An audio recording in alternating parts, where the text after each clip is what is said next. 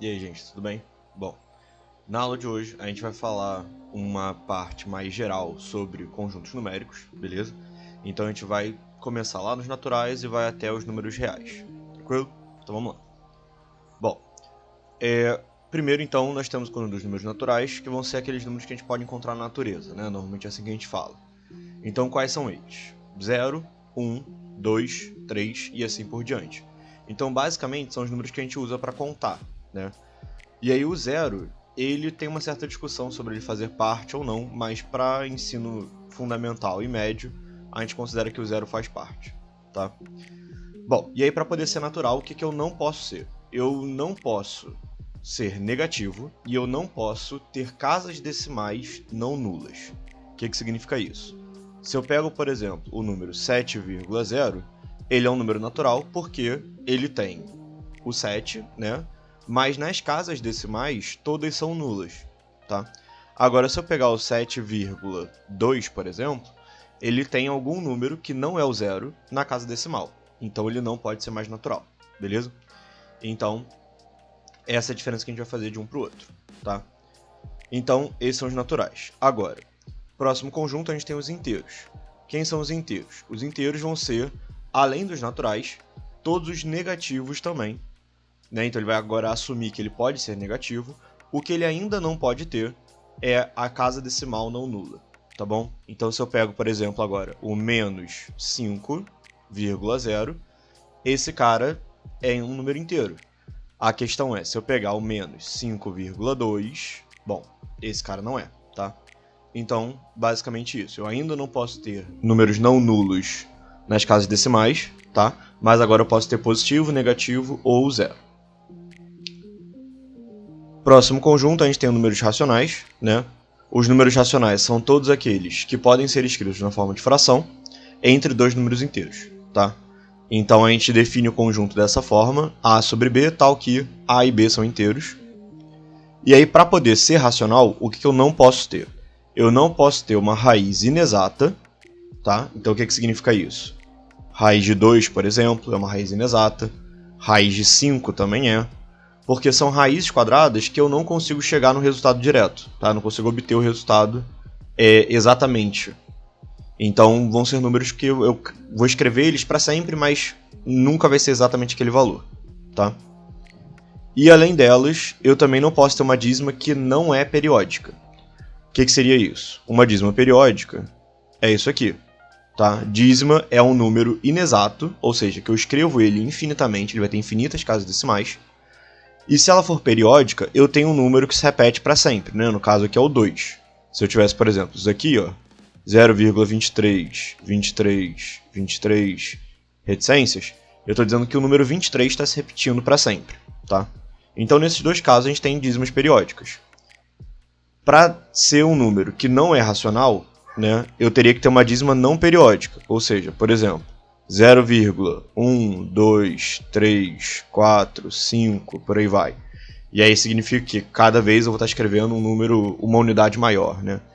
Apesar de eu saber qual é o padrão desse número, ele não se repete infinitamente, então a gente não pode afirmar que ele é uma dízima periódica, tá bom? Ou melhor, a gente pode afirmar que ele não é uma dízima periódica.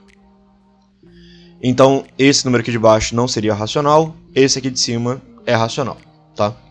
Então é assim que vai funcionar. Bom, e aí nosso próximo conjunto numérico, agora ele vai abraçar as dízimas não periódicas, tá?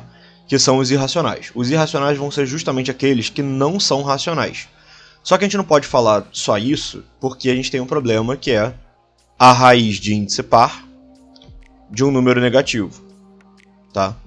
Sempre que eu tiver a raiz de índice par de um número negativo, esse número também não vai ser real. E a gente vai falar desse conjunto daqui a pouco, né?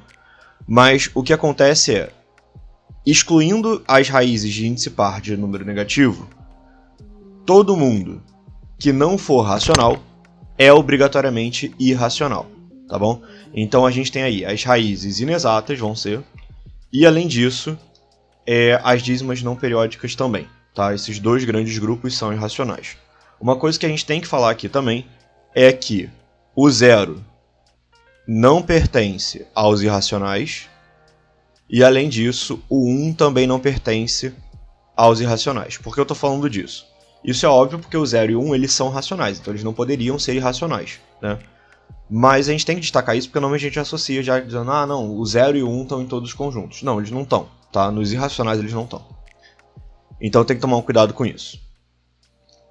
Bom, e aí o último conjunto que a gente tem são os números reais, tá? Os números reais vão ser todos elementos que ou são elementos dos racionais ou são elementos dos irracionais, tá? Então, basicamente significa que a única restrição que a gente vai ter é aquela que a gente estava comentando agora há pouco, da raiz de índice par de um número negativo qualquer, tá? Isso daqui não pertence aos reais, tá bom? Qualquer raiz que seja de índice par de número negativo. E aqui só para a gente fazer um parênteses muito importante, tá? É diferente eu falar, por exemplo, isso daqui, raiz quarta de menos 2, de eu falar menos a raiz quarta de 2, tá? Quando eu falo raiz de índice par de um número negativo, o número dentro da raiz tem que ser negativo. Se o sinal estiver do lado de fora, isso é outra parada, tá? Então, esse cara daqui, ele vai ser um número real, né? E irracional, no caso. Esse cara daqui, ele não vai ser real, tá bom? Então, esse aqui não pertence aos reais, enquanto que esse daqui pertence aos reais. Tá bom? Por quê? Porque o menos está do lado de fora. Então, o que significa isso? Significa que eu primeiro estou resolvendo o valor desse cara e depois eu troco o sinal dele, tá? Enquanto que nesse caso aqui eu estou querendo saber alguém que multiplicado por ele mesmo 4 vezes vai dar menos 2. E isso não vai ser possível, tá? A gente pode fazer depois uma discussão sobre isso, mas a gente não vai encontrar um valor desse, pelo menos nos números reais, tá bom? Então, beleza. Então esses são os conjuntos numéricos que a gente vai ter, tá?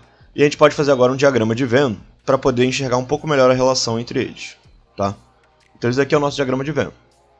Nesse retângulo verde todo, eu tenho todos os números que são reais. Uma divisão aqui vai ter essa parte azul, que são os irracionais, e essa parte rosa toda, que vão ser os reais. Desculpa, os racionais, tá? Dentro dos racionais, nós temos os inteiros, nesse retângulo laranja.